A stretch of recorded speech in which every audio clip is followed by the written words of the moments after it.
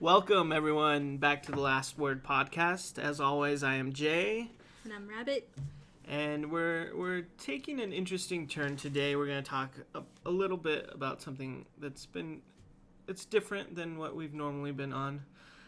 But before we do that, I want to thank everyone for listening, for supporting us, for liking and sharing, and we're getting your feedback every time we post something, and it's been really awesome. Yeah, you guys are amazing. It's been really awesome, so thank you everyone for doing that, and I hope it just continues. It seems to, every one we put out seems to be growing a little more and more, Little so bit. I'm happy with that. But yeah, the subjects today, we're going to be talking a little bit about small town life and living, as well as a subject that's surprisingly interested me recently, which is the decline of coal mining and the effects on the towns and society in that. I guess we're going to get slightly political, just a little bit, because that plays a big part in it all. Ooh, I have some controversy. Yay. And I just might have a few stories. Yeah, well, I mean, we can start off with small town life. We both lived in a small town, grew up in a small town. You, even smaller of a town than mine. Yeah. What was small town life like for you? Well, I think we literally just looked this up, and my town has, less than 4,000 people in it. And if you could imagine how tiny that must be, but I think the smallest place that I ever lived was, with my dad and stuff. We lived kind of out in the middle of nowhere, and the nearest Walmart was 30 minutes away. We had a little ransacked gas station kind of down the street, but for the most part, civilization was kind of away. You had to go 45 minutes, and you could imagine why I didn't have many friends. I was the first. There was no one to be friends with. There was no one to be friends with. And the next house is miles down the road. Yeah. I was the first and last kid off the bus. Yeah. Most of the time.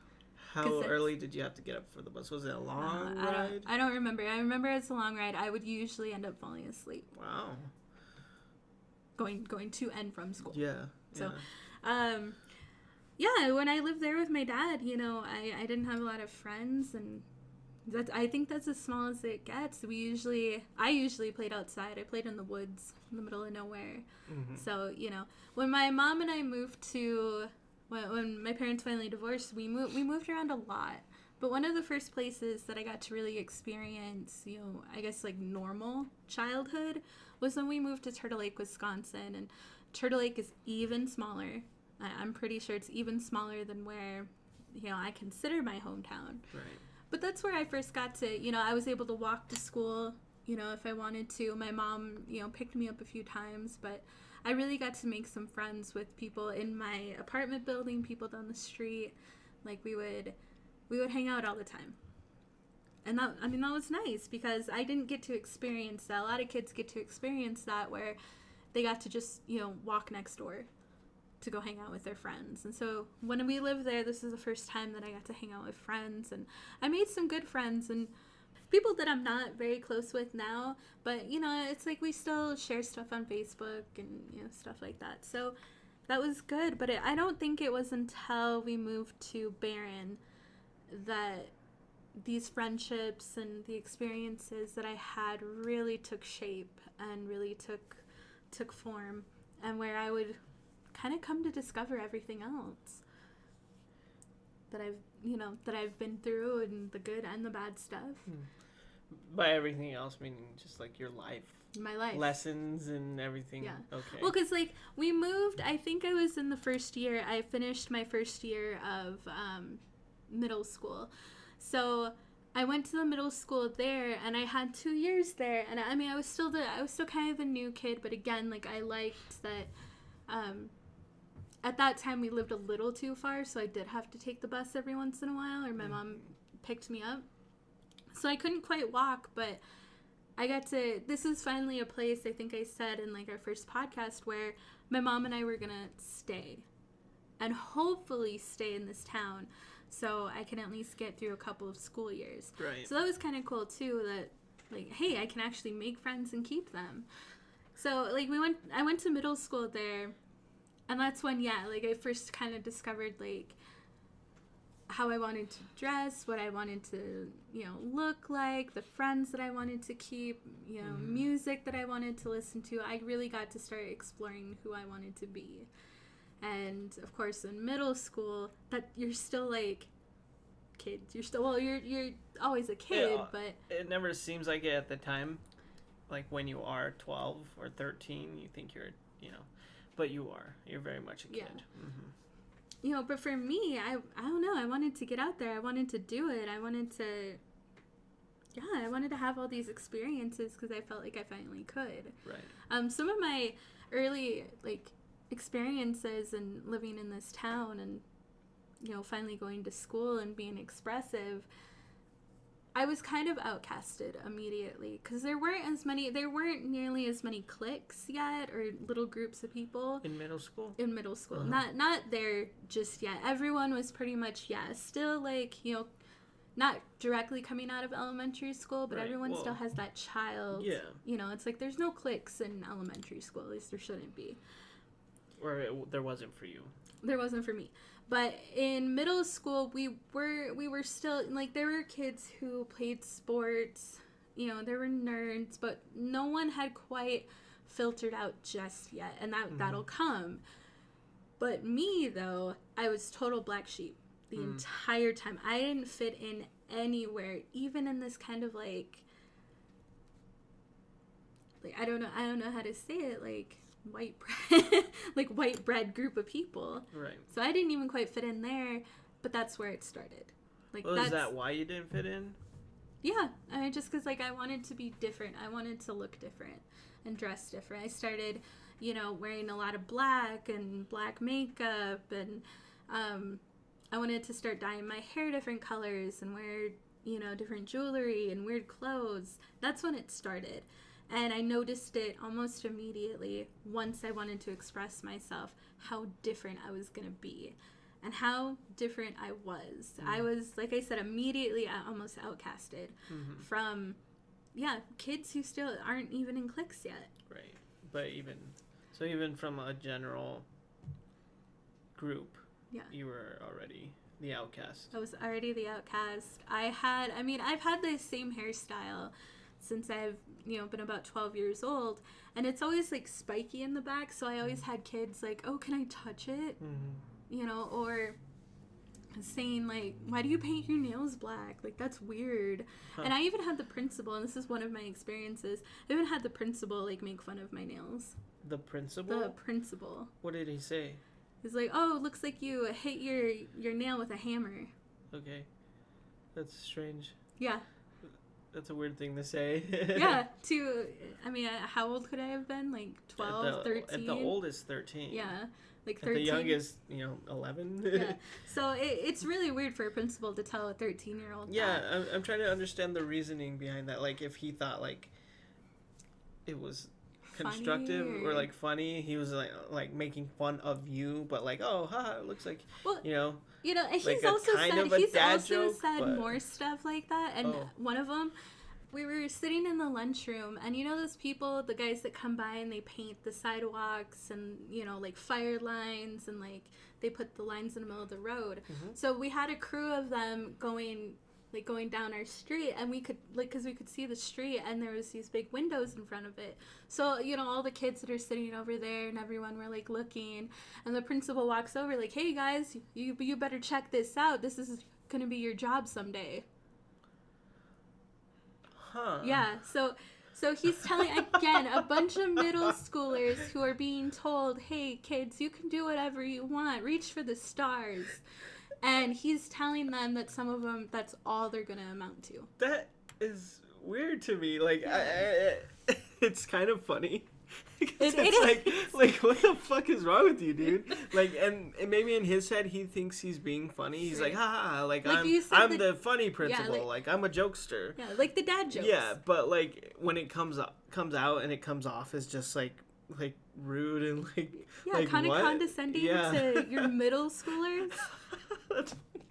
That's really, like, to say that to middle schoolers is hilarious to me. Like, Yeah. you guys And I'm pay sure- attention. This could be your jobs day. Like, Yeah, wow. and I'm sure nobody else caught it at the time, but Mhm. I mean, I was really like observant to Yeah, everything. and you're like, wait, what? So I caught it, and I was like, dude, that's rude. That's freaking terrible. Yeah, that's awful. So I mean, you could imagine like my middle school experience, Yeah. and I had more experiences like this. I had one really good homeroom teacher, Uh-huh. and I wish I could remember her name, and maybe if I go back and I find it someday. But I had a really awesome homeroom teacher, and she was great, and she was so supportive of everything I did. Now this is also the time where I started getting into art more and more. I remember telling my mom like hey, like I want to paint, and she had a weird reaction. She didn't think that was good, and my dad, Your mom? yeah, Mm. and my dad was kind of the same. He didn't really understand it either, but it's like I want to be an artist. Like Yeah. I want to try doing this stuff. So I had a really good art teacher too, and she was amazing. Mhm. But she took maternity leave because she was gonna have a baby, and we had a substitute come in for a few weeks. Mhm.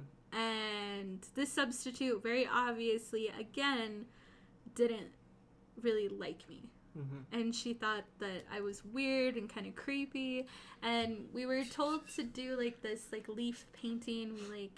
I don't remember how we did it, but it was watercolor, and you can use any color you want, purple and Right. pinks and blues and all stuff like that. I chose black, Okay. of course. Uh-huh. And I wanted to do different shades of gray. Ooh, 50 Shades of Grey. No. No. I'm going to stop you right there. But I wanted to do all these different, different shades of, black, and I wanted to use white, and I just wanted to play around with that because there's a million different things I could do with that. Yeah. And she thought it was weird. So I finished my painting. My painting I love it. I absolutely love it.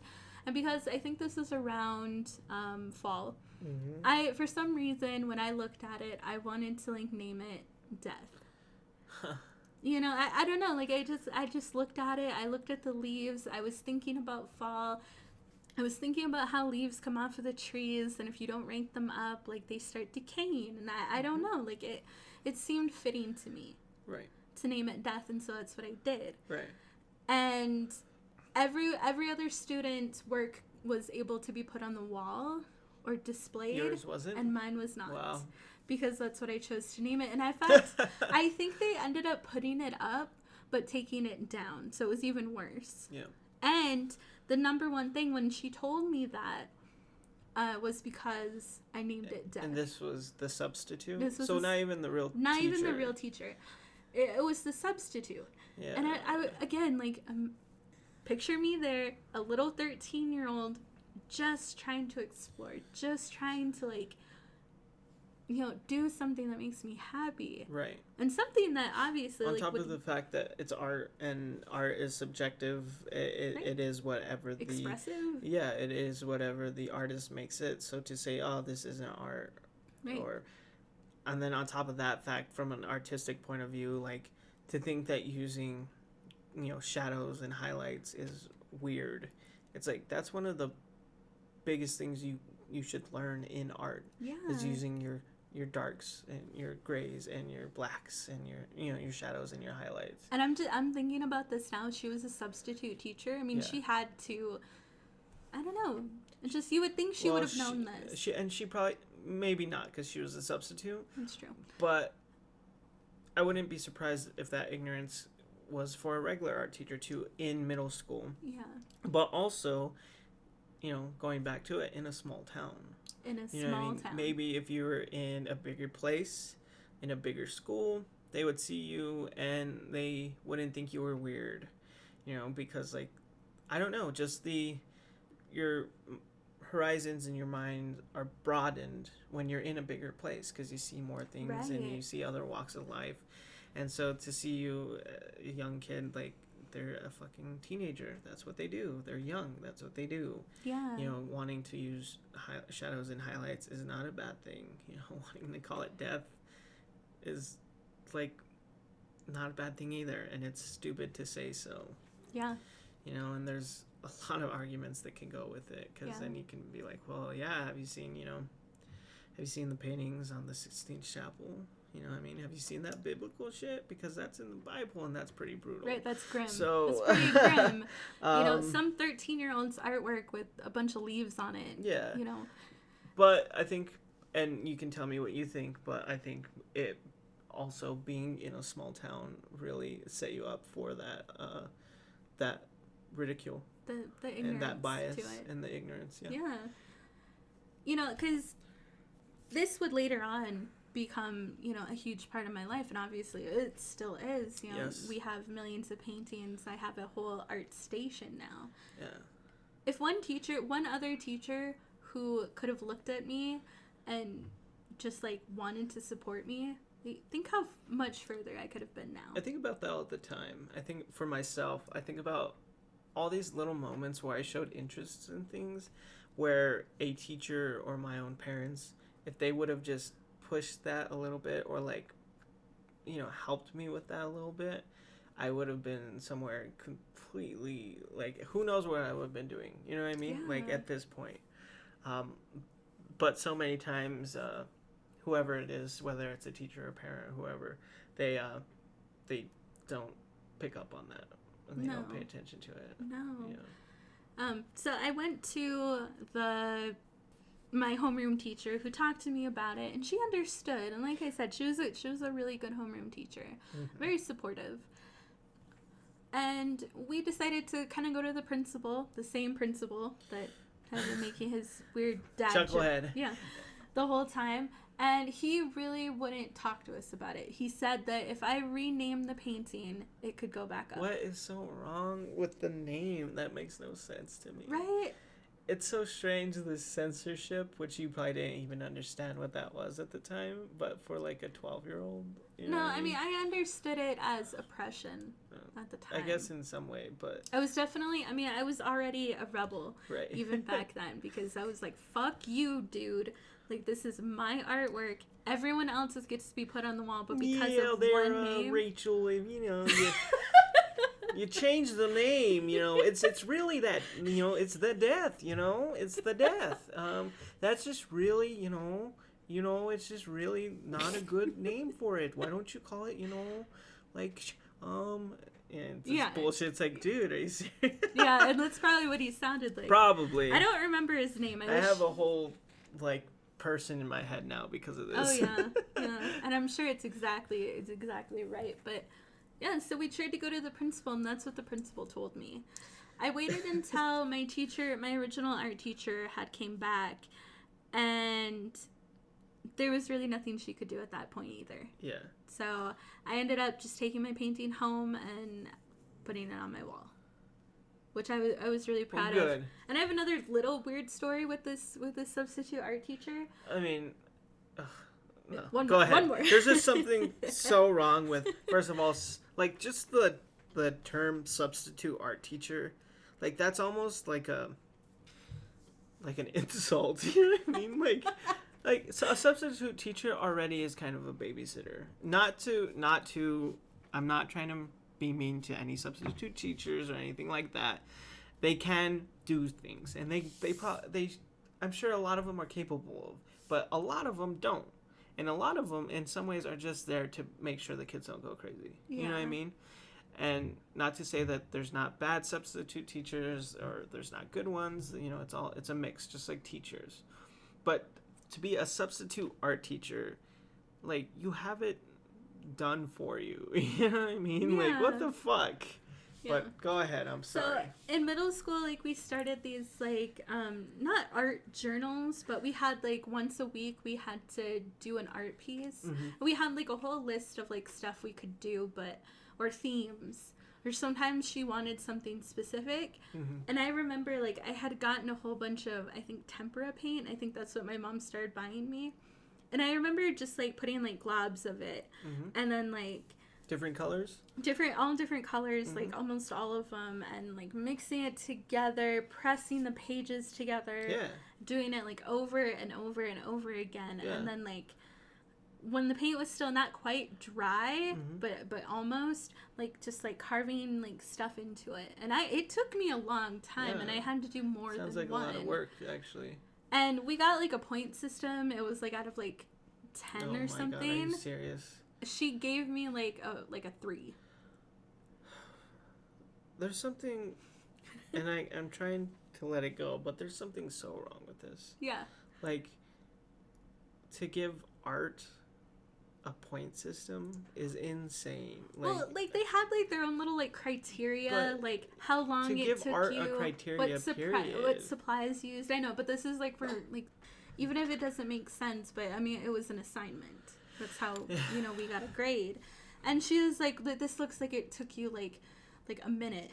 And I told her like my process of how I did it and like what supplies I used and like Right. how long it took me, and I did more than one. Someone who even had a little semblance of what art is and painting would have known that didn't take a minute. Yeah.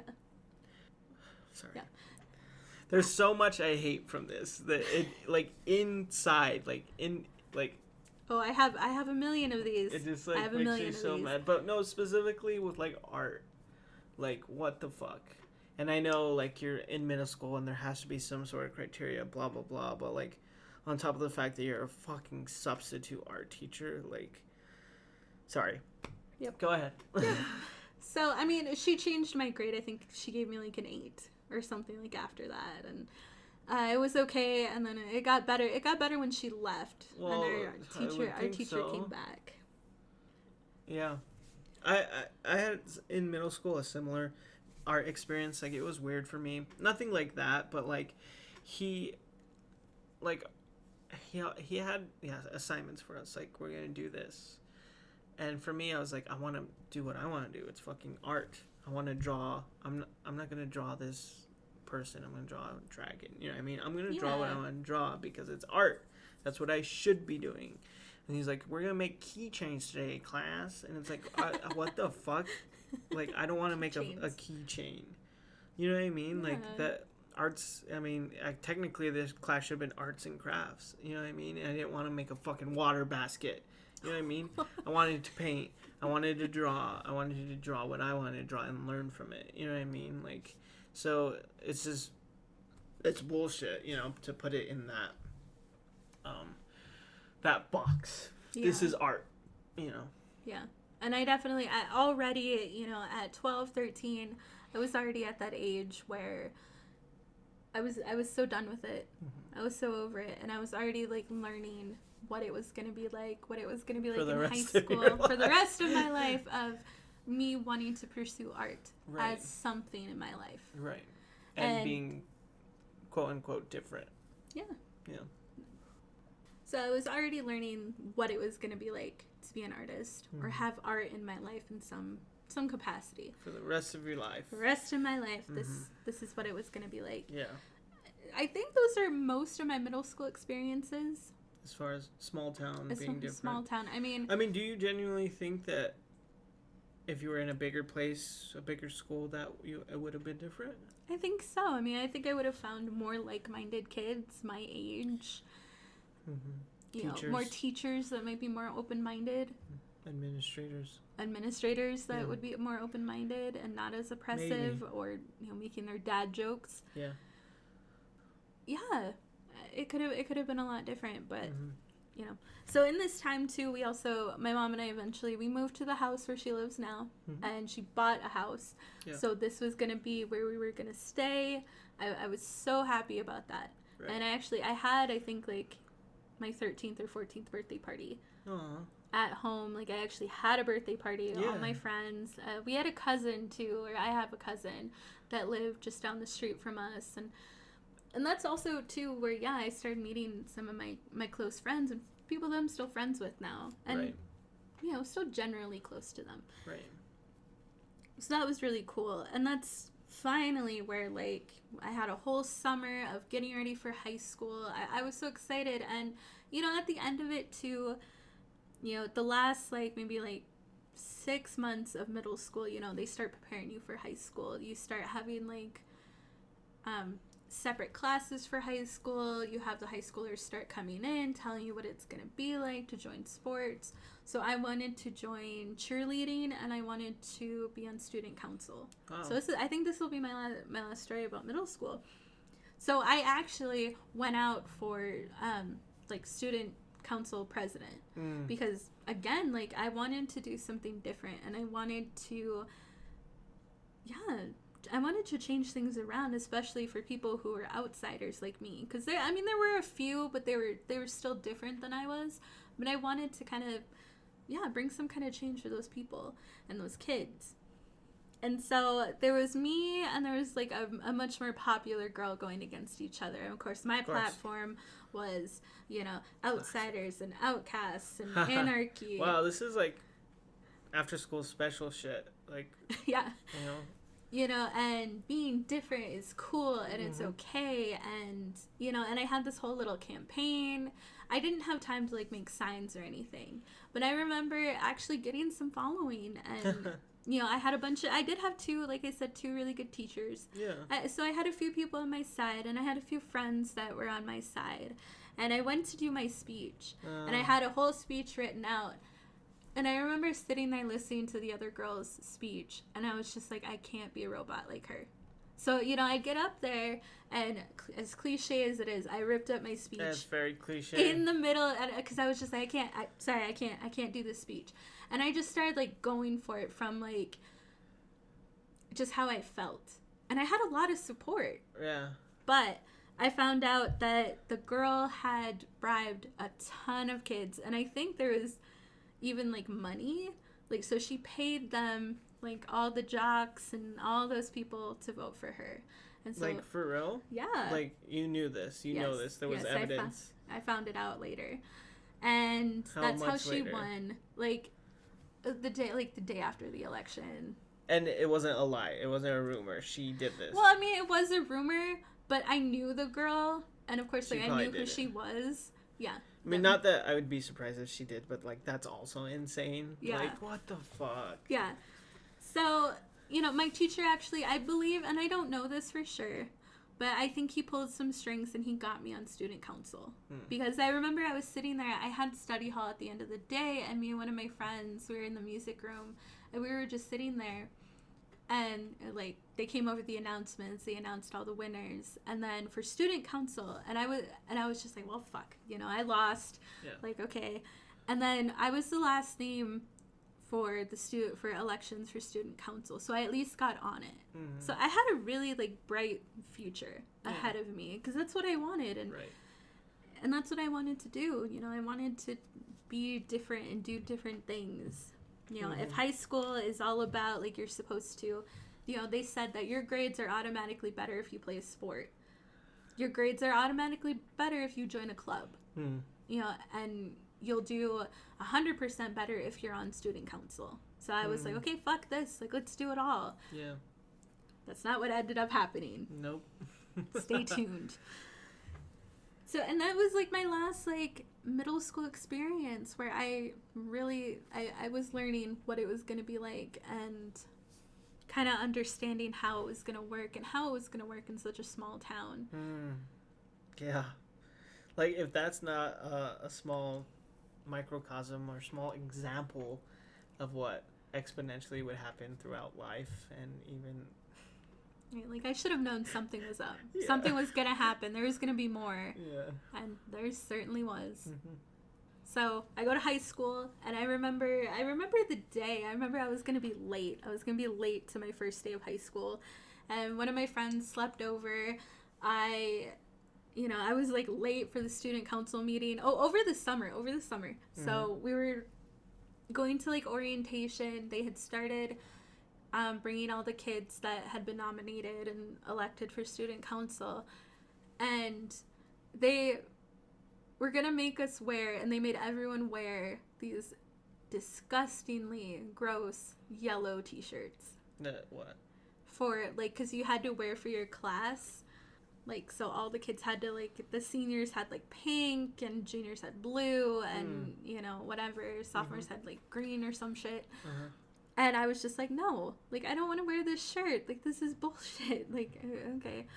So, of course, I took my shirt. Mm-hmm. I went home. I drew all over it and ripped it up. And I put it in, like, my back pocket because I wore jeans at that time. So I, like, put it in my back pocket. And then they're like, Rachel, you have to put it on. Like, you actually have to wear it. And I was like, okay, cool. Yeah. And they were so Jeez, pissed. You are not one to shy away from the dramatics, are you? No, of course not. I should have been a drama kid. You are a drama kid. I just can't act. Or maybe I can. Maybe I should be an actress. That's what I've learned from this podcast. I need to be an actress. I don't know It's anymore. my next pursuit. Every day I'm surprised by all of this, but go ahead. The little angst that I had going on in school. Yeah. Yeah, so they hated that, it's like, well, I'm wearing the shirt, guys. Like, you told me, no one ever said I couldn't do this to it, did they? And, no one did. And they were really pissed off about it. And I remember, sitting in the meeting, and they asked, well, who wants to be the leader to lead the freshmen in and show them around and, like, get them familiar with the high school? And I volunteered. And they're like, no one else volunteered. And they're just like, no one else volunteered. You're the only one who volunteered. Yeah. But they were like, oh, no. Like, no, we're not going to let Rachel show up. But you were the only one to volunteer. Oh, and they were like, no, we want someone that's older, someone who's been at the high school because, you don't know the school. And it's like, it's summer and I'm here. Like, I'm on student council. I kind of have to know the school. Yeah. And know all the activities and stuff that's going on. I mean, I guess the reason kind of makes sense, but it kind of does. Like, you do want someone that knows the school, but it's like, and who are people going to listen to? Right. Like, you or someone that's, like, on their side? Right. Someone that's literally coming from where they are. I mean, there's no reason you couldn't have learned that stuff during summer and, like, figured it out. Yeah. So I didn't get to do that, but me and another friend signed up for the dance committee because in high school, the dances are, bigger and you get to do a lot more stuff at them. So we signed up for that, and my first day of high school, I was still really, really nervous. Like, I was so nervous. Again, like, me and my friend were almost late. We had to get a ride from, like, some friends, like some friend's mom that was going to take them. And I remember, like, walking in, I had to get my class schedule, and I was just like, oh my God, I have no idea where any of this is. Like, because, no one wanted, like, after that, no one wanted to show me around the school or let me get to know the school because I wasn't able to. And I remember seeing one of my best friends, Megan. She was standing at the end of the hallway, and she's like, oh my God, right? Like, Rabbit's here. Like, we're going to have so much fun. And she took me in. And she really, like, helped me, like, get familiar with everyone. I had a lunch table to sit at. I had friends. I had people That's nice. I knew, people that, like, I had met from middle school but didn't know that well. And I finally, like, I kind of found my group. Yeah. After that. When I signed up for the dance committee, and I also joined art club, too. This is kind of where I start, like, kind of falling down. Like, I start, like, going downhill. Because I signed up for the dance committee. Yep. And again, one of the older girls, like, we had, like, cut out, like, 1 million, like, of those, like, paper snowflakes. And we were going to, like, hang them up. And we did a bunch. And we were going to try to put them all up. And then she's like, oh, no, we only need, like, a dozen. Like, why not? Why can't we have more snowflakes? Like, why are, like, it pissed me off. It pissed me and my friend off. And I was like, okay, I'm kind of done with student council. I'm done with the dance committee. Like, because I can't do this. It's, what's messed up is it's bullshit then, but it's bullshit you're going to end up dealing with even as a grown-up. And you see it everywhere. It's in your own job. It's with your own managers, or it's with your own friends, or it's even on the news, like with even in the government or some bullshit. You know what I mean? Like, like that. Ugh. Right? It's just like, what's wrong with, I don't know, maybe just a dozen more snowflakes? Like, we only need this many. Why? Why? Like, why can't we have more? Because they said so. Because they think it's better or something. Like, I don't know. It's just ridiculous. Yeah. And it's even more ridiculous for a high school dance. Like, it doesn't matter that much. You could have more than a dozen snowflakes. You know what I mean? Yeah. Wow. And I think they kind of just gave some of the freshmen a job just so they had one, but I don't think they really needed us. It makes sense. Yeah, so whatever. So I quit student council. I I was going to art club for a while, and I remember the group of friends that my friend Megan introduced me to wanted me to skip one. And unfortunately, I also signed up to be the president of the art club because they needed a new one, and they needed someone that was going to be there for the next 4 years, and that I got it. Like, I actually won that, and I wasn't there, so they voted. You didn't go. Yeah, so I could sit with my friends, and that's when it dwindled down. So what do you think would have happened if you went? Would your high school experience been different? Maybe. If you had that responsibility on you? Maybe. I mean, yeah, I don't know now if it would have been different. But I feel like I should have went. And I should have been there and at least had like one normal high school experience that wasn't with all this other stress and confusion. And so with even these stories in high school, what do you think a small town life has to do with any of this? Where do you see those aspects? Like almost literally just, the size, just the town mentality, like the mentality of where we're living, because everyone, I think you and I have said it before, no one leaves. No one's gonna leave. I think of all the people that I know, I'm one of the few that left and stayed. There's millions of kids who, wanted to go out of state for college,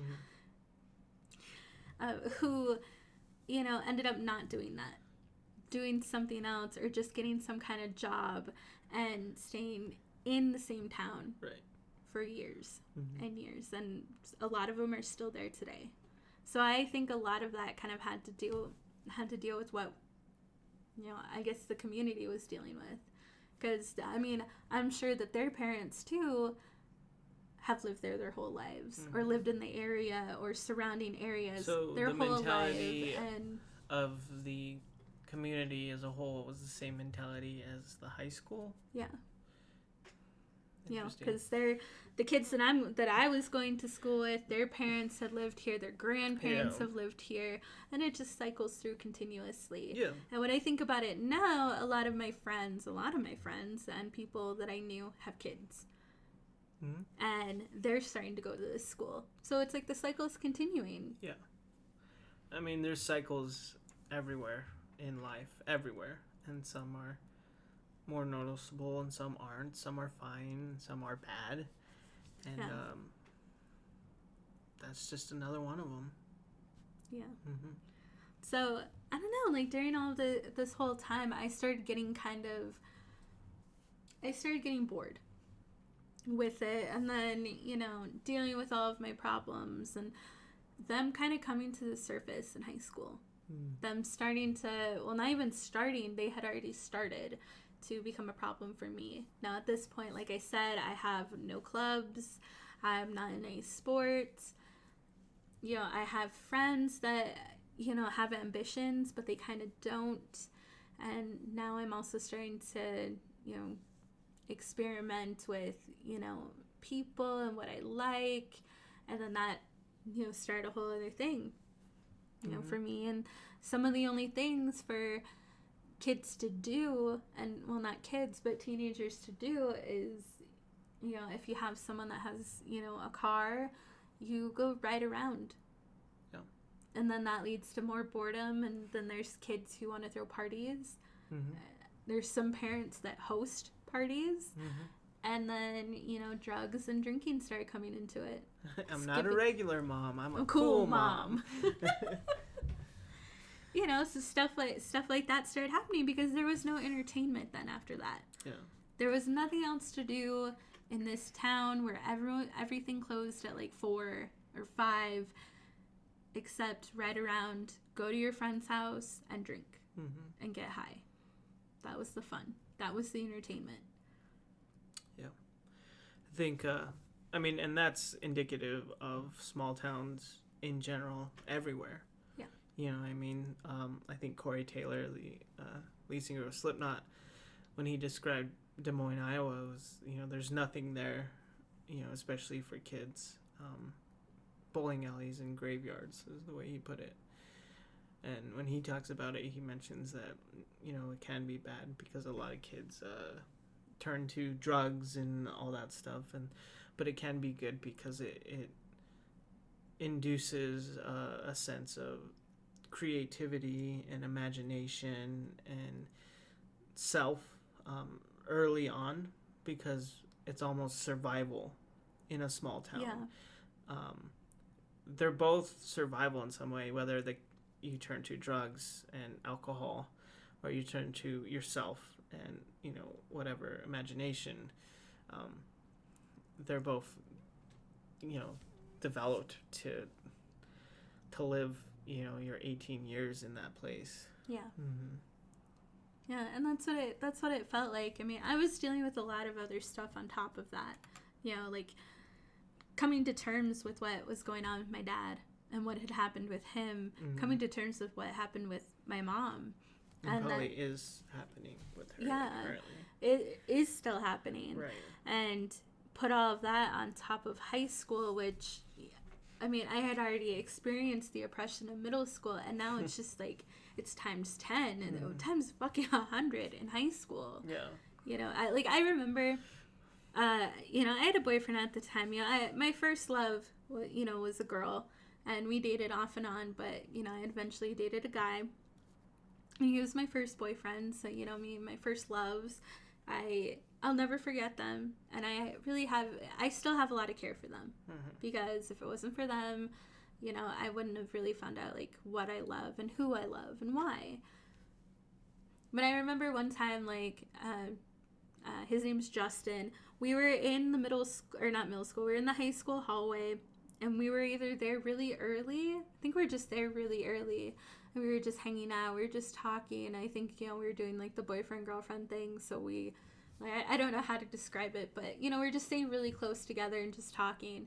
And I remember we had seen the principal's daughter and one of her friends also sitting in the hallway. And very observant, I knew that they had, like, she had taken out, like, her homework, and then her friend took out her homework, and she took it from her, and then started copying from her. She was the principal's daughter. The principal's daughter of the high school. Copying from her friend's homework. Yep. Mm-hmm. And later on that day, Justin and I both got called down to the principal's office, and we were in trouble for PDA, public display of affection. Right. And I'm sitting here looking, I'm like, there was only 2 other people in that hallway. Yeah. Why are me and Justin getting in trouble? We weren't doing anything. Mm-hmm. You know, I know that there are some people who have done stuff in the high school, but we didn't do that. Even making out or anything that would we might have kissed in high school be considered, you know? No, we might have kissed on the lips a couple of times and been all, you know, touchy feely, but nothing like that. And I just thought, like how messed up is this? How fucked up is this that your daughter, like, I saw your daughter in that hallway cheating off of her friend's paper, but I'm in trouble. Right. I mean, not surprising. No, not surprising at all. That I knew what life was going to be like. I knew what everything else was going to be like. I knew what life outside of this was going to be like. Yeah. Even as like a 15-year-old. Right. And that was high school. Yeah. And there's a lot of other stuff that happened in high school. I'm sure, but that's a whole other thing. Like, high school as a topic is a whole other thing. I could go Right. I could go on and on, but yeah, I mean, I still see that as such, like, the mentality of the small town mentality is community, but it's in every community. So it's in the whole of a community, but then it's in the high school of the community, where it's like, that's some small town shit. You know what I mean? Like, that wouldn't happen in a bigger place because there's just too much other stuff going on. Yeah. Like, but it's small enough, and people are ignorant enough to where certain things like that are gonna matter. You know? Like, that's gonna... And where the daughter of the principal is allowed to be like that, like a bratty. Yeah. Like, it's almost... it is cliche. It's, you know, it's out of a fucking TV show, like, but because it's a small town, it's allowed in some way. Yeah, like she was able just to do that. Mm-hmm. So, yeah. Yeah. I mean, small towns are... they're interesting. Yeah, and small towns are just a whole other thing, which we'll definitely touch on a little more here in a second. But, I mean, that's small town as far as schools. I mean, you've only talked about school. Is there anything that happened outside of school, or, with events or people, or boys, Yes. What do you... I mean, what I else? again, like, we could make, like, high school and boys and relationships, like, a whole episode just by itself. Right. So, I have two stories that, can contribute to, living in a small town, but...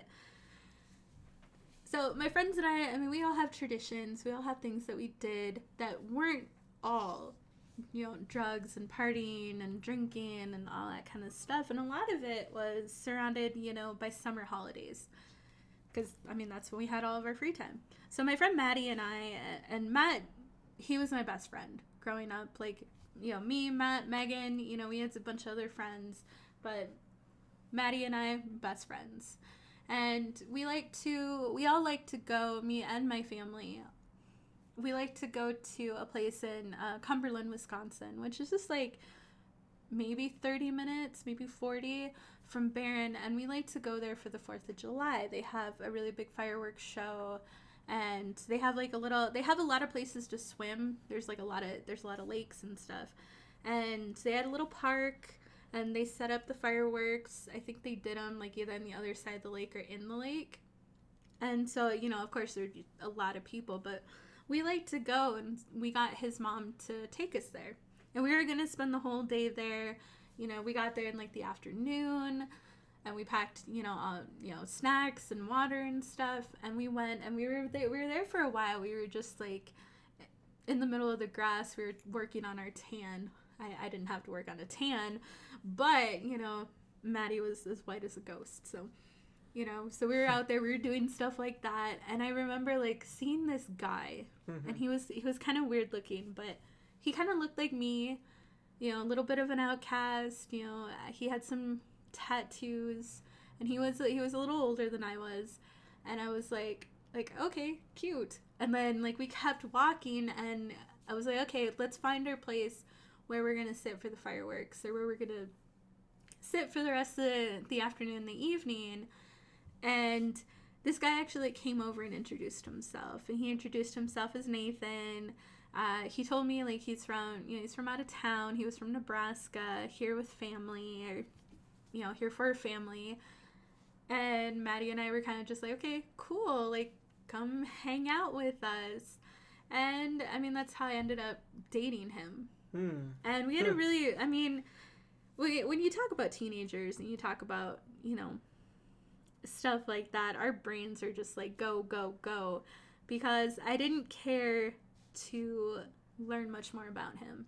That's all you needed to know. Wow. Right? I mean, you're right. I mean, in some way that's people even grown up, but definitely teenagers. It's just hormones. There was nothing else to that.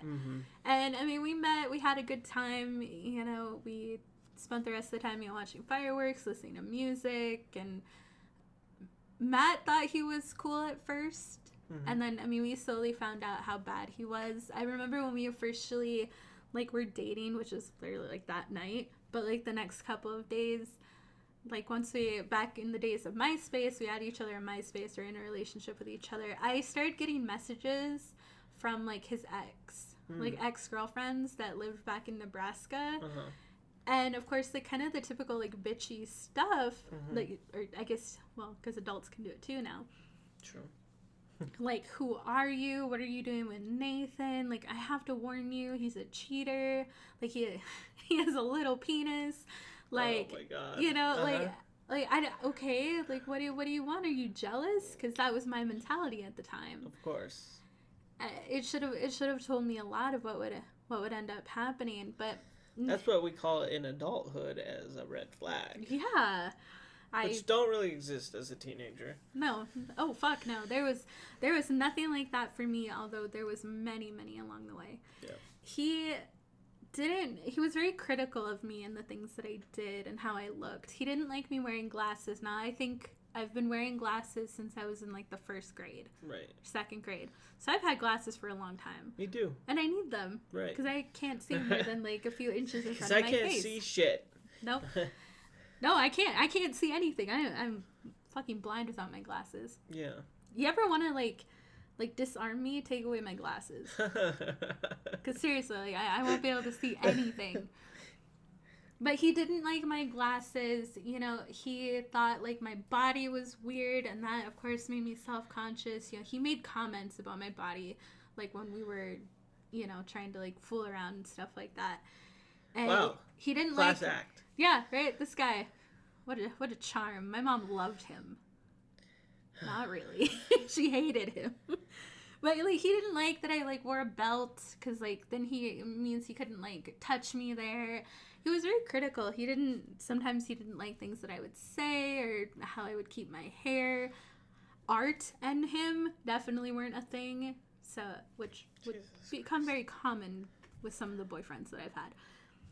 But even that first night meeting, I should have known, but I remember we were just sitting together and some girls like were talking behind us, and I didn't realize it at first, but they were trying to like talk to him.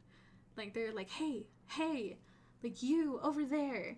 And, you know, I didn't notice it because there was a bunch of people. Mm-hmm. He was like, oh, hey, wait, I know those girls. I need to go talk to them. Okay. And again, like it turns out that like he had already met, you know, this girl, and her and I were friends. We became friends later, and you know, we're not in contact anymore, but we got really close for a while. You know, and I didn't know anything about, well, I didn't fucking know shit at the time, but they were, I guess, kind of dating even then. But he dated me, and we were more official than they were. And there was more times like that. I remember one time my mom brought me to Cumberland to spend the day with him, and I don't remember, and I won't say, but some other family members, and just spend the day with him. And I remember we were just walking around town. We actually went down to that beach and hung out for a little bit and came back, and I guess this girl's brother drove by, and he yelled out his window like, hey, I thought you were dating my sister. And I didn't know it. Like, I was just thought this guy was being an asshole. Or his sister thought something that wasn't true. And I remember sitting down with Nathan, and I remember asking him, so what did that guy mean? He's like, no, like, I'm not dating anyone else but you. Okay. And you believed him? And I believed him. Oh, my God. And this is what I'm saying. Like, living in a small town like this, like, this is the drama. True. I mean, it's the life. It's on brand. Yeah. So, I don't know. Just like throughout our relationship, all those things became a problem. I remember becoming self-conscious. I remember feeling weird with him. And, you know, he kind of pressured me to do stuff that I wasn't comfortable with, stuff that I wasn't ready for, stuff that I didn't want to do. And, you know, again, him talking to this other girl, it was weird, and we started fighting a lot. Sometimes we would fight because he didn't like my friend Matt. Like, he didn't like him. He was like, Matt is always around. Can we go somewhere without Matt? And I'm like, no, we can't. Like, he's my friend, and honestly, he was here before you, and he'll probably be here after you. So if you want to, you know, keep going down that road, like, we can. And I remember one time, like, we ended up breaking up. And not even breaking up, but, like, I don't know, fight. We got back together. And then, like, a couple of days later, that girl ended up, like, messaging me, telling me that her and Nathan had actually hooked up. And, again, like, red flags, something I should have noticed and something that I should have been more aware of. But we got into this big fight. I told him, like, what the fuck is wrong with you? What's going on? you just cheated on me. You just cheated on me. I remember he came into town that day, and we were fighting about it, and I was about to break up with him, and then he just, like, turned to me and totally dismissive of everything. He's like, do you like my hair? Yeah. Like, babe, I really want you to like my hair. Do you like it? And I was just like, what? And then conversation gone. And I remember talking a little bit with this girl that he had hooked up with. And she was, I just remember she was so heartbroken. And it was weird at the time. I thought her behavior was really weird. And Why? just the way she was talking about him, the way that she acted about it. Like, I get that she just had sex for the first time, but I'm just kind of, like, wondering where she's coming from and why she's acting so strange, like, so attached, but so heartbroken. And it would come out very shortly later. So, whatever, he spent the night at my mom's house, and my brother was there.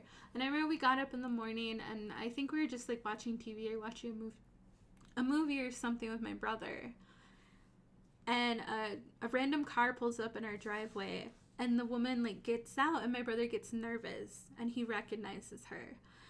She was either, like, his probation officer, or she was, like, someone with the court. And so my brother went to answer the door because he thinks it's for him. Which is some small town shit. Yeah. Also. And she asked for Nathan.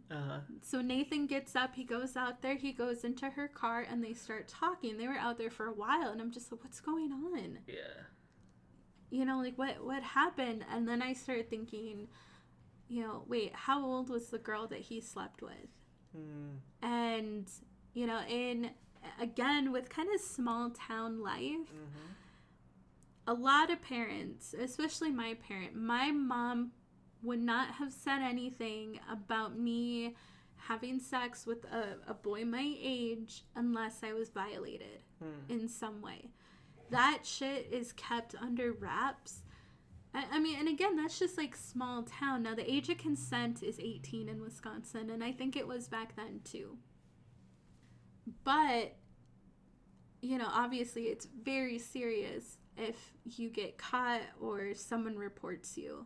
And that's what ended up happening. This girl had, from what I would understand later, is he had kind of basically pushed her into sex, to having sex with him, and she did not want to. And so, it, like, that's what I would come to find out later that would happen, is that he basically forced her into it. And so she had felt weird about it. And again, like, I haven't talked to her about this, and I feel like at some point maybe I should, but she had went to another trusted family friend and had started telling her about it. And this family friend was the one who called the cops on him. And they knew where I lived because his family, had brought him to my house before. Right. So they knew where I lived, and that's what ended up happening. He got arrested. Wow. And I tried to stay with him, but of course at that point, like, I couldn't because he wasn't allowed to have contact with anyone that was under the age of 18. And he was, again, convicted, I believe it was, like, 3rd degree sexual assault of a minor, which basically means, forcing someone into sex under the age of 18. I believe so. If I'm wrong, you can fact check me. But, I mean, we ended up breaking up. I became friends with the girl later on and kind of learned more about what had happened, and kind of discovering it for myself. And, of course, now being older, kind of realizing what happened. And, again, like, living in such a small town, like, they knew where I lived, although I don't think I ever really told anyone else. Like, in fact, I don't even know if they talked to his family, Nathan's family. So, and I never told the girl that he slept with where I lived either. So she didn't know. So again, living in such a small town, just everyone knows everybody. Like, that's literally a thing. Like, that happens, that they found where I lived. So, I mean, that happened in such a small area. And of course, like, the Barron County Courthouse is in Barron. So, and where my mom and I live, and it's comical. It's always so funny. We live like less than a block, like from where the jail and the courthouse are. Mm-hmm. You know, you can literally kind of like just go out in the backyard, walk a few feet, and then you can see the jail. Mm-hmm. Like you can see the courthouse. And that's where he actually went to jail. Mm-hmm. And that's where his court hearing was. You know, so again, like living in such a small place, those are the kinds of things I've experienced. Definitely. So, I guess the like last like story, and this one is connected to the one I just told, because there was a time like I said, me and this girl were now friends. We were hanging out. We had kind of been able to relate to each other because of the things that we experienced from kind of dating Nathan together, and kind of almost at the same time. Yeah. We had similar experiences, and at this point, you know, at first I was really mad at her, you know, for sleeping with my boyfriend. You know, what the hell is wrong with her? She's such a slut, you know, all this stuff. And then I was just like, no, like he fucked with us both. Yeah. At the same time, like, we're on the same side. We have no reason to be enemies, and I don't want to be her enemy. Right. So we were hanging out, and we went to Rutabaga Festival, which again is another small town thing. Rutabaga Festival. Yeah, that's yeah. So it's basically that's a very small town. It's a like, fair. what the hell is that? It's a reoccurring fair that happens at the end of August every year. And again, it was like one of those things like that all my friends and family would go to every year, just like the 4th of July. Mm-hmm. So we were going, and the night before, I remember seeing my ex, I guess mine and her ex, and I remember seeing him and getting like so angry. Like, he's not supposed to be around people that are under the age of 18. Right. And I knew that, and I was told that by the investigator. Mm-hmm. And I see him, and I, like, see the kids that he's with, who are almost literally kids. Like, Right. I know, like, one of these girls is, like, 13 years old. Right. Like, not cool. And I remember him kind of calling me out because we were, like, walking right by them. And I think we were going to get ready to leave, Mm-hmm. you know, once we saw him.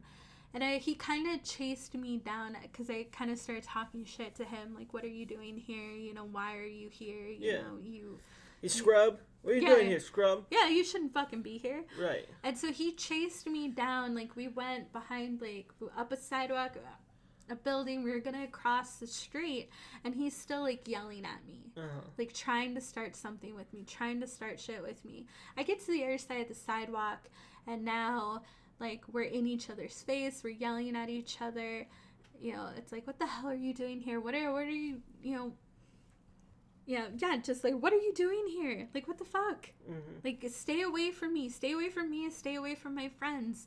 You know, don't do this. Mm-hmm. And I remember him getting so pissed off and so mad at me. And he actually, at some point, like, forced me up against, like, this kind of, like, brick wall. He physically grabbed you. Not grabbed me, but, like, he came that close. And, like, yeah, okay. Came that close that I was up against a brick wall, just, like, yelling at me. Yeah, I guess, like, we never really had, like a breakup, because you know, I think he was in jail at the time. Well, I think that it's fair to say that counts as a breakup. That could have been a breakup, but I mean, I don't know. In teenager world, right? Like, at the time. Well, I mean, in adult world too, because yeah, girlfriends have boyfriends that go to jail all the time, and they never break up. Yeah, so you know, I mean, I guess it was kind of like the tension was finally coming out. Yeah. All the bullshit was finally like coming out. It was whatever. And I remember at that point, obviously being so done with him. Mm-hmm. So finally, like, seeing it and being so done. And then I kind of realized that there's all these people still walking. They're still going to Rutabaga Festival. And they're still, like, going down to, like, see the concert and stuff and getting drunk. And I see a lot of people, like, staring and looking. And I'm like, oh, fuck. Like, shit. And then a cop pulls up behind him. So we're, like, on the sidewalk. I'm, like, up against a brick wall. He's yelling at me. And I remember what I said, and it was really clever. Something like, oh, I think it was, like, he was yelling at me, like, I'm gonna call the cops on you or some shit. Uh-huh. And I looked at him, I'm like, oh, really? Because there's one right behind you. Uh-huh. And I turned around and I left. Like, I left my friends, Uh-huh. like, who were, like, still coming, or they had already, like, taken off too, and I left him there. And as far as I know, he got arrested that night. Nice. So, the next day, we thought, oh, hey, this is a good idea to go back Let's go back. Let's go back. Of course you went back. My friend stopped for gas because there's a gas station just up the street. She was going to let all of us out, and then we were going to walk. She was going to get gas and then go park somewhere. Mm-hmm.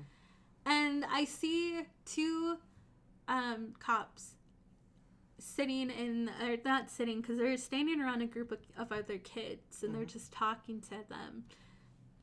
And, you know, I remembered what had happened the night before. So I wasn't interested. I just wanted to go past them. We get out, we get out of the car, we start walking, and one of the cops, and I recognize him, and I know who he is. Mm-hmm. He was like, hey, and I think he actually said my name, which again, it's weird that he knows my name. You need to come down with us, and you need to make a statement about Nathan. Mm-hmm. And he says Nathan's full name too. And I'm just like, I kind of turn around, I look at him, I'm like, no, I don't want to do that. And he, again, kind of just reiterates himself, like, no, you have to come with us. You have to make a statement about what happened last night. And I'm like, okay, well, I don't feel comfortable doing that unless my mom is there. Now, my family had also came down that day much earlier, and I was actually going to go meet them too. I just remembered that. So they were already down there, and I was like, okay, well, let me go get my mom. And then we'll meet you at the station. Mm-hmm. And he's like, no, you have to come with me right now. What the fuck? And I was just like, no, dude, like, my mom is right down there. In fact, I could call her, and then I'll make a statement, then I'll talk to you about what happened last night then. Uh-huh. And so I keep walking. And this douchebag of a cop is standing... Small town cop. A lot of cops can be douchebags anywhere, whether it's a big city or small town, but small town for sure can definitely be. I think they can be, they can be worse, because he knew me. Mm-hmm. Again, like, up till this point, I have never been in any type of trouble. There's no way he should have known me. Right.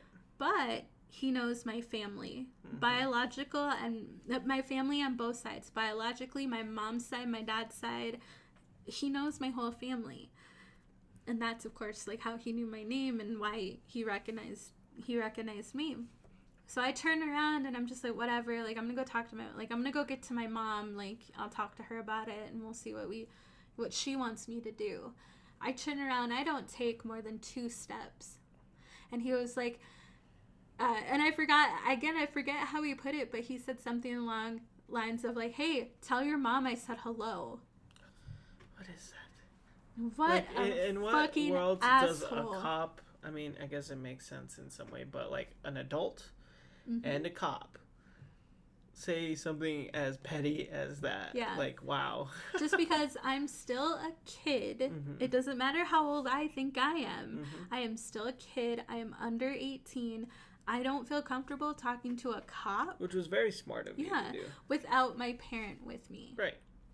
And again, like, you have to imagine, like, he was, like, talking and, I guess, entertaining, like, about a dozen other kids. Right. So, like, I'm pretty sure he wanted just to show off anyway. He's probably showing off, yeah. Which is, again, ridiculous for an adult and a cop to do. But... yeah. So, me being who I am, the dramatic woman that I am today, I was still that person back then. We've already established Yes, this. We have. I am very dramatic. But, I mean, I have some stories to tell, so, Sure. I turn around and I look him in the fucking eye and I tell, you know what? Fuck you. And I give him both of my goddamn fingers. And I linger there as long as I possibly can. I turn around and I start just walking away with the friends that I'm with. Just walking. I don't get more than, like, maybe, like, 4 steps and I could hear them. They start running. You know how, like, boots sound, like, when they're running on sidewalk? Like, choo, choo, choo, choo. Yeah. I heard that behind me. They grabbed me so quickly and so fast. They slammed me up against, like, a barricade because, they had barricades for, like, the parades and stuff. They slammed me up against the barricade. I'm also kind of against a brick wall. So they start putting handcuffs on me and start arresting me. And you're how old at this point? I couldn't have been older than, like, 16. So, 16... I'm getting 2 arrested cops on Main Street in front of all these people. physically run after you and Yep. push you up And against like a almost barricade like and tackled. arrest. Yep. I'm pretty sure that's Oh, they did. not legal. Oh, they did so many illegal things and arresting me, putting metal handcuffs on me. And of course, like I go almost completely fucking silent at that point because like I've seen the cop shows. Right. I know how this turns out. I know how this goes. You don't talk to a fucking cop. Exactly. You don't say shit. But you know, they start talking. Of course, like they get me down the street. Like we have to walk like another block in handcuffs. Of course, my friends are screaming. They start crying, and all I could tell them was like, "Go get my mom. Like go tell my Go mom." get my mom, you dummies. Like, Yeah. stop Like, fucking crying. Go. Like go get my mom because I'm being and of course like being the dramatic person I still am. I'm kind of I have to yell it because they're already like down.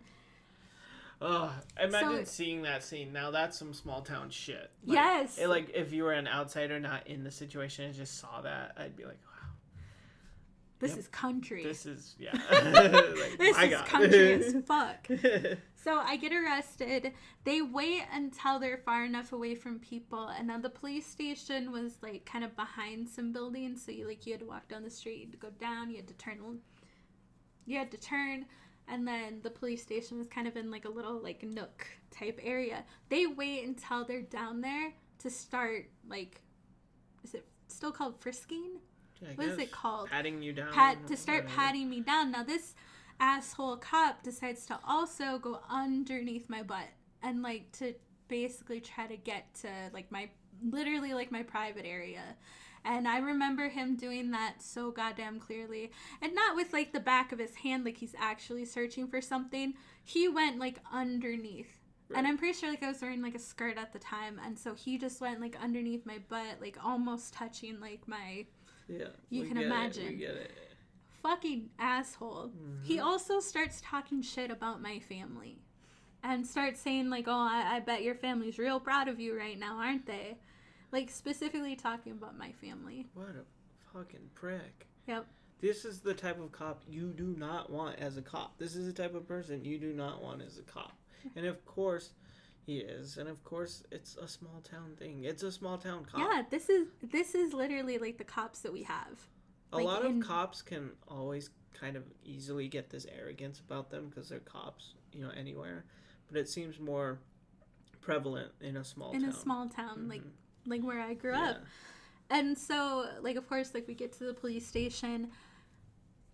I borrowed a purse from one of my friends' sisters, and I had my cigarettes because I used to smoke cigarettes back then, but I also had her cigarettes, which had just a little teeny tiny little bud of weed stuffed inside of it. Now they searched me, and I was terrified, like, because I knew that she had asked me to hold all her shit in the purse. And I carried it, it would have been mine. Yeah. I was so fucking scared that they were going to open up that purse. They were going to look through the cigarettes because the pricks that they are, that they were going to find it. Yeah. They didn't look in my purse. Oh, good.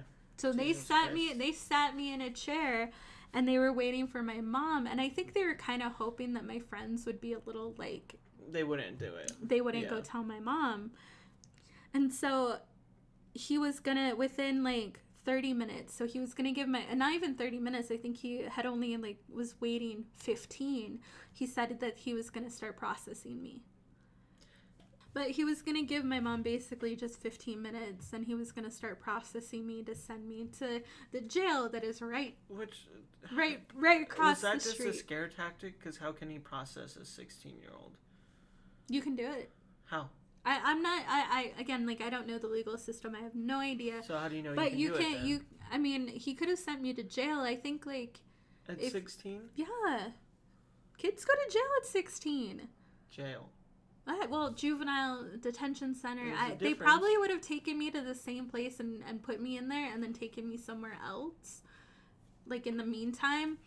But basically, I mean, it might have been a scare tactic, but I do not I would not have put it past him at the time to actually process me and Well, send me either to one jail. is not surprising No. for him to do. So his partner is like sitting there. I'm still in handcuffs. They hurt. Mm-hmm. They hurt so goddamn bad.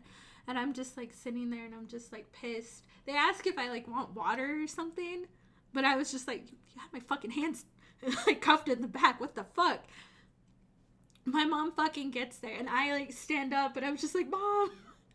Because at this point, like, I'm fucking scared. Yeah. Like, this is real. Mm-hmm. All I did was tell a cop to fuck off. Yeah. So my mom gets there, he starts talking to her, and eventually, like, they release me. Yeah, my mom takes me, and I start telling my mom what happened, and she's disappointed, but she's more just kind of disappointed in the situation, not at me. Right. And my brother, like, is of course making jokes. He's like, it only took you so long to get arrested for the first time. Like, Right. everyone's laughing with me and joking. But I got charged with disorderly conduct. So For telling a cop to, like, fuck you. Yeah. Like, that's it. That's all I did. Well, So- that's some small town shit. Yes, it is. I did get, I got charged, but they said that, if I complete a, like, teen court program and I do all this stuff, I'll, I eventually got it off my record. So it's not on my record anymore. And that's, like, the worst thing I've ever done. But yeah, I mean, talk about fucking small town shit, Yeah. because I don't think that would have happened anywhere else. Except a town, Probably not. except towns with Yeah. less than 4,000 Towns people. that in some way allow it. You know what I mean? Yeah. And that's insane. And that's just kind of how it is everywhere, Everywhere. in all small towns. It's, I'm sure, very similar, which is just crazy. But yeah, so those are some of my experiences. Those are just like tidbits Right. of things that I've had. I'm sure eventually we'll talk about more. We'll talk about all of it. But what do you want to talk about? Well, like I already mentioned, and it kind of coincides with small town life. I wanted to talk about the coal industry, or the decline of that, and how it's affecting, like I said, the communities in that, and how they were essentially, from my point of view, and I think factually, exploited by Yeah. politicians. Yeah. In the recent elections, or not recent, but the last elections. Like I said, we it's gonna get slightly political, and that's just, it's not gonna go deep into like politics, but it does have to do with politics, and it's from my point of view, but also I think factual as well. I'm not exaggerating any of this, and also, if you don't like what I say, I don't care. So, with that being said, this really grabbed my attention when we first, we recently watched a Anthony Bourdain, No Reservations. Is it not No Reservations? What's it? Parts unknown. When we recently watched a Anthony Bourdain, Parts Unknown. No Reservations is his old show. Parts Unknown. And he went to West Virginia. Yeah. My first understanding of coal and all that was, at least in the political sense, was when during the last elections, our current president or America's current president was using coal as a way to get votes and to swing, states and counties his way. He was going to say he was going to bring back the coal industry. He started saying something about clean coal, which isn't even a real thing, and doing that whole thing. And that's all I kind of knew about it, but I didn't dive deep into it. Yeah. We watched this episode of the Anthony Bourdain's, and he went to West Virginia. And he went to West Virginia during this time. Yeah. As the elections were happening. We saw it only a few weeks ago, so we were ahead in time. But when he went to West Virginia, it was during this time.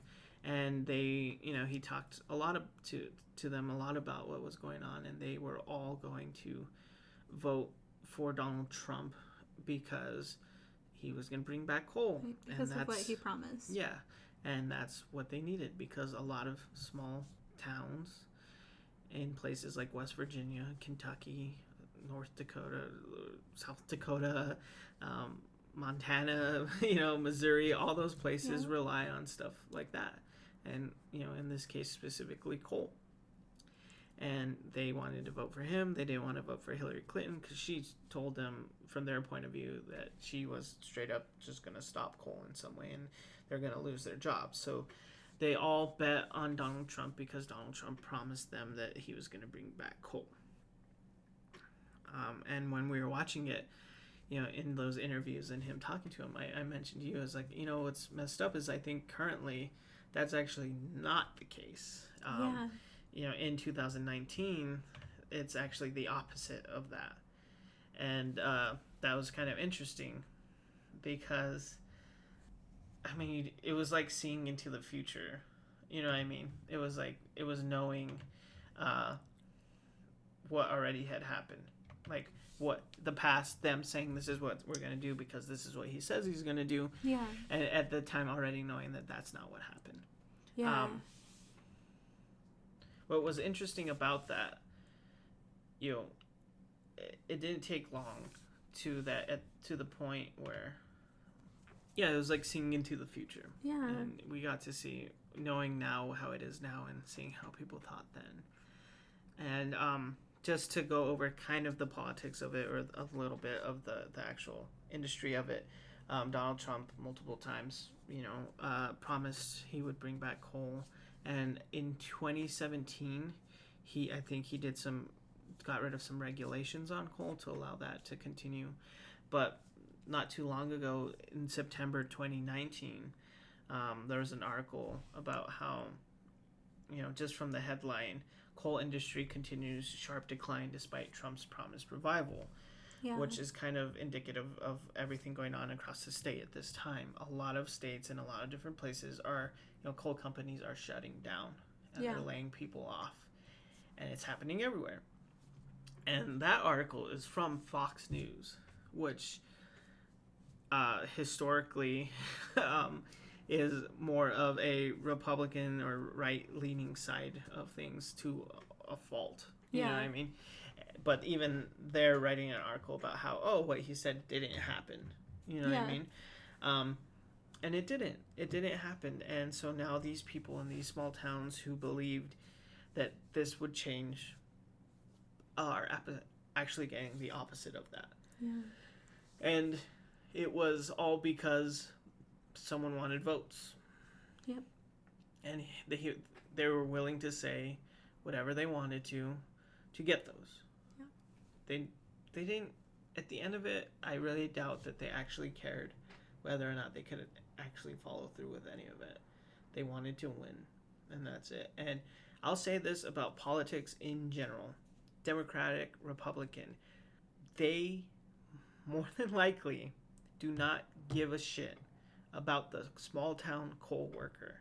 No, they don't care. Not. They don't care about you. They don't care about the small town coal worker. They don't care about the small town nurse. They don't care about the small town teacher. They do not care. Donald Trump, the millionaire, billionaire, quote unquote, whatever the fuck he is, does not care about you. He doesn't care. No. There's no way this rich boy from fucking New York City with a bunch of buildings and failed businesses or whatever the fuck knows the struggle you're going through and cares about fixing it. He does not care. And these are the people that he exploited to get those votes and to help win. Yeah. And I can say the same about probably Hillary Clinton too. She does not give a shit about you either. It's just politics in general. Yeah. They are not from your world. They are not from your life. They do not care. Yeah. And they're going to do whatever it takes to get you to be on their side. And that's it. And that's not just coal. That's not just small town West Virginia. That's everywhere. Yeah. And it's really, historically, it's really upsetting that a lot of people who vote, on that side of things, Republican or otherwise, think that. Yeah. They think that they care, that these people are going to do what's in your best interest. And they won't. And they never will. This dude does not care about you. And what bugs me the most about it is that it affects people. Yeah. To the politicians, whoever it is, it's numbers. And that's all it is. And they got what they needed and they're in office. That's all that matters. Yeah. They won't do anything else ever again. You know what I mean? But people are left in the wake of this. Yep. People are losing their jobs. People will lose their homes. People will have to move. Towns will die. Yeah. Because of stuff like this. And no one who was higher up or who wanted those votes or anything like that cared. Like, one thing, the biggest thing I got from, especially from the Anthony Bourdain thing, and it's something I've seen everywhere, because I grew up in a small town, because you grew up in a small town, because we've lived in each other's towns, and because we've traveled across the country, we've been to a lot of different states and a lot of different places, and we've seen it, that there's people involved in this. These are everyday people trying to live, trying to exist and survive. These are people just trying to live. That's it. And these are, like, whatever you think about these people, whether like their political standings or because of where they're from, like, you cannot look down on them because they're doing what everyone else is trying to do. And at some point, they were very important to the development and growth of our country. Yeah. The way things are working right now, coal is just not going to be a thing. It eventually just won't be a thing. People are turning, industries are turning towards renewable, resources of energy and stuff like that. Coal eventually just won't exist. That's how things are going. Right. But that does not mean that at some point it was not important and that these people somehow have no meaning. And I think it's easy for a lot of people anywhere, whether, wherever they're from, to look at people that are from states like this and to look down on them. The trope and the stereotype for West Virginia is hillbillies. These are all shoeless, toothless, yokels that are dumb and don't know anything, and that's bullshit. You know what I mean? And that can be said for a lot of small towns everywhere. That's what people think about small towns. Right. That's what people think about the Midwest. That's what people think about the South. That's what people think about the Southwest. You know what I mean? Yeah. And that's bullshit. You can't, wherever you're from, you can't think about these people, no matter what they've done, who they voted for, what their job is. You can't look at them and look down on them. Yeah. Because they're as much a part of this as anyone else. And they are good people too. Just trying to survive and trying to live. And these are people trying their best. These are everyday people. Well, just like you and I. Well, and they're else. in a weird way. I mean, they're my family. Yeah. My mom is a Republican. Right. And as much as, like, my mom and I are able to have conversations now. We're able to talk about stuff.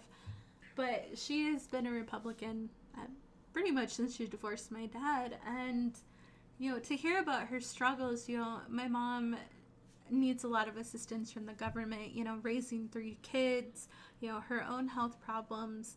My oldest nephew also has autism. And of course, like, he's needed a lot of different resources and a lot of different programs. They need government assistance to live. Mm-hmm. So I never understand why she would vote against herself. Mm-hmm. But I understand her struggle. I mean, growing up, even my family, we lived either right below the poverty line or right on it. Mm-hmm. We needed assistance. Right. But she votes against herself, and I'll never understand that. But I mean, this is still, my home. This is still my family. People that we know, or people that I did know. I hate to bring up Kenneth, but his family, same situation. They need government assistance. They need these kinds of things, and for politicians to come in and say, "Oh, we're gonna fix everything." Yeah. But that's not what they do. And they never come back, and then they never do what they say. And the coal is just one example of that. Yeah. But it's everywhere, and it's for a lot of different reasons. You know, it's just everything's used as a ploy to get those votes. Yep. And exploitation is what it is, and they never feel it, you know, the people who do it, but you know, it affects people, it affects towns, it affects states, and it affects the country. That's what happens. Yeah. And you know, like I was saying, like you can't see, no matter where you're fucking from, you can't look at these people and look down on them. You know, you can't travel America or be an American and not see the other side of things. You know what I mean? Like, in some way, you know, traveling broadens horizons. You learn things, and you see different walks of life. You know, which I definitely did. Living in my small town, moving to your small town, living in the small town Midwest. That's a big thing. The differences. That's a big thing. But then also through all our traveling too, just in this country alone. You know what I mean? You see a lot of it. And in some way it's weird because like a lot of people travel, but you only go to the pretty places. Right. You know what I mean? Like, yeah. you can't go to the beach and ignore the ghetto that's 2 blocks down, Yep. you know, a mile away. You can't go to the mountain range and not acknowledge the, you know, Indian reservation that's at the base of it. You know, Yep. you can't go anywhere to the south and not acknowledge the people that are, you know, working themselves to the bone inside those mountains. Yep. You know what I mean? There's the other side of things that people don't want to see or don't acknowledge. And I think that's wrong, because that's as much a part of this as everything else. Yeah.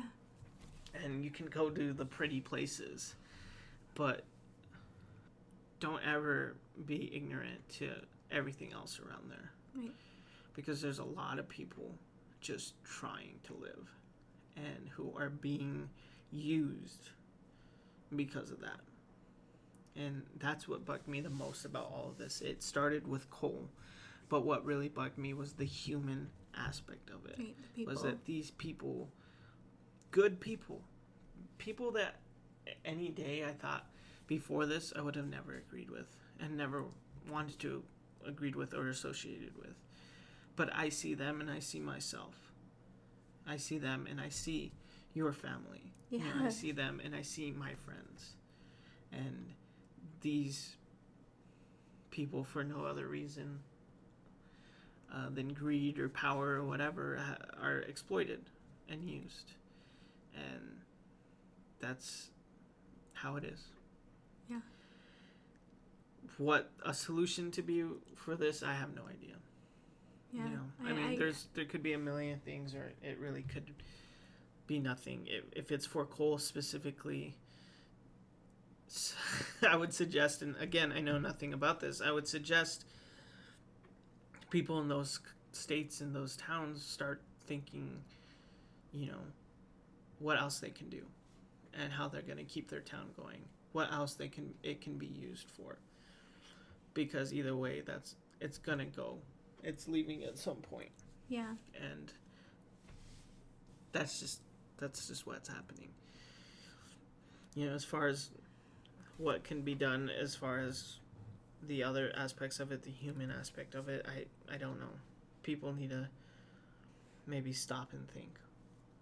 Yeah. I remember when we watched that episode and almost thinking like everyone else would. You know, I mean, I never talked about this in the beginning of my stuff, but yeah, my town is, all it is really, and my whole, the whole state is forest, fields, corn, and cows. Mm-hmm. So we have a lot of, there's a few lakes sprinkled in there for fun, yeah. You know, but that's it. We have a lot of rednecks. We have a lot of hicks. We have a lot of country people, you know, and a few Native Americans also thrown in there for fun. Right. But, I mean, that's where I grew up. And, you know, even being from there and being so different than all those people, I was automatically, like, when you turn that episode on, I was already thinking, like, oh, God, we're just going to see a bunch of hillbillies. Mm-hmm.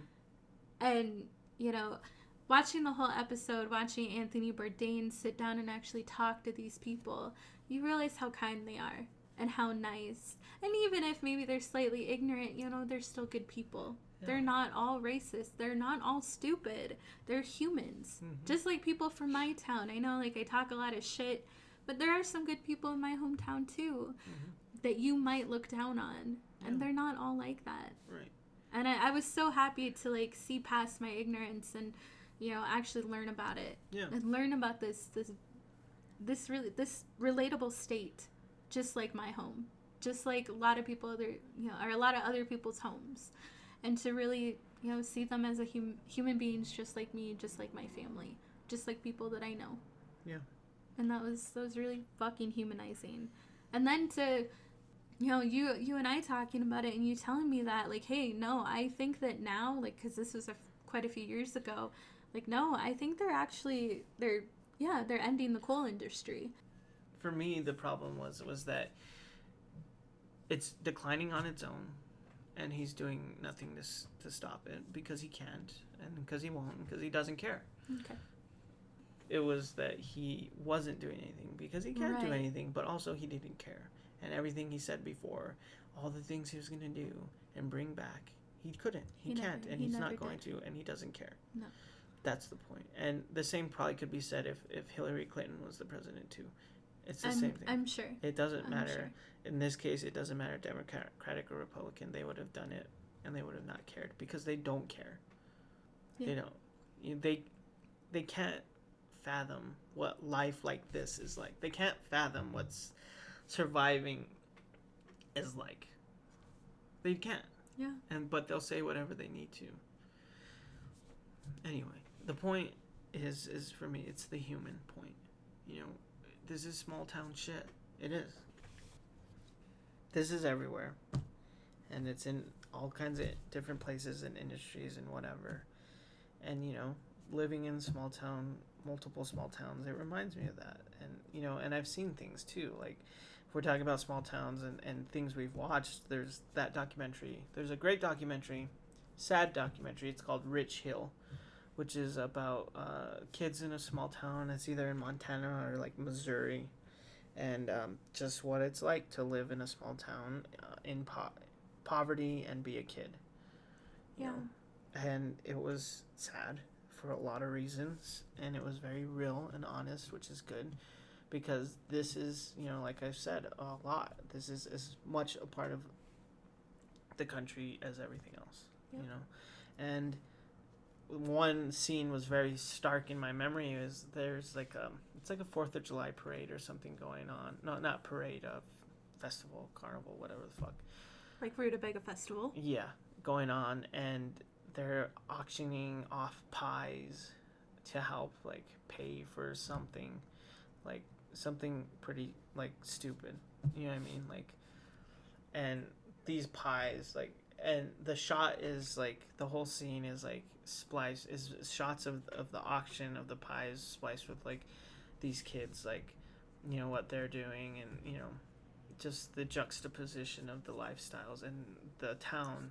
You know, this small town is offering to pay, is bidding over thousands of dollars for a fucking pie. Yeah. In that same town, there's kids who are going to bed without meals. Yep. There's men trying to provide for the family who can't get jobs. There's, you know, moms traveling 4 hours away to work. Yeah. And they're bidding on a fucking pie. And that's pretty indicative of small town mentality in general. Yeah. And the way people see people from small towns, and in some way the way people in small towns see each other. Yep. And it's just ridiculous to me, you know. And if you ever want to help, you know, if anyone ever wants to volunteer and make a difference, you know, it's great when people go to other parts of the world and help, but like, look in your own community. Yeah. Look around where you live and try and make that better, because no doubt there's going to be people who need it. Yeah. Start there first, because really it doesn't get better unless your community is better. Nothing else really gets better. Yeah. And it's great if you volunteer or you donate to places not here, but guaranteed there's somewhere down your street that needs it. Yeah. And I don't know what it is. It's small town mentality is a reflection of mentality, in general, countrywide, statewide, countrywide, whatever. And people need to see that and change it, or at least consider, and not look down. And, Yeah. Never forget your fellow humans who are literally just trying to survive as much as you are. Yeah. Never not help if you are capable of helping, and sometimes that just means being more a part of the community. Yeah. I don't know. You and I have had little experiences, where we've donated toys, or not toys. No, sorry, not I don't toys, want to get into specifics of things we've done, because that's not what this is no, about. but things that other people could do. But we bought Christmas presents for some old person at a senior citizen center. Right. We've done a lot. We've done certain things, and we've done specific things. You know what I mean? And the point is that it can be done. Yeah. And anything helps.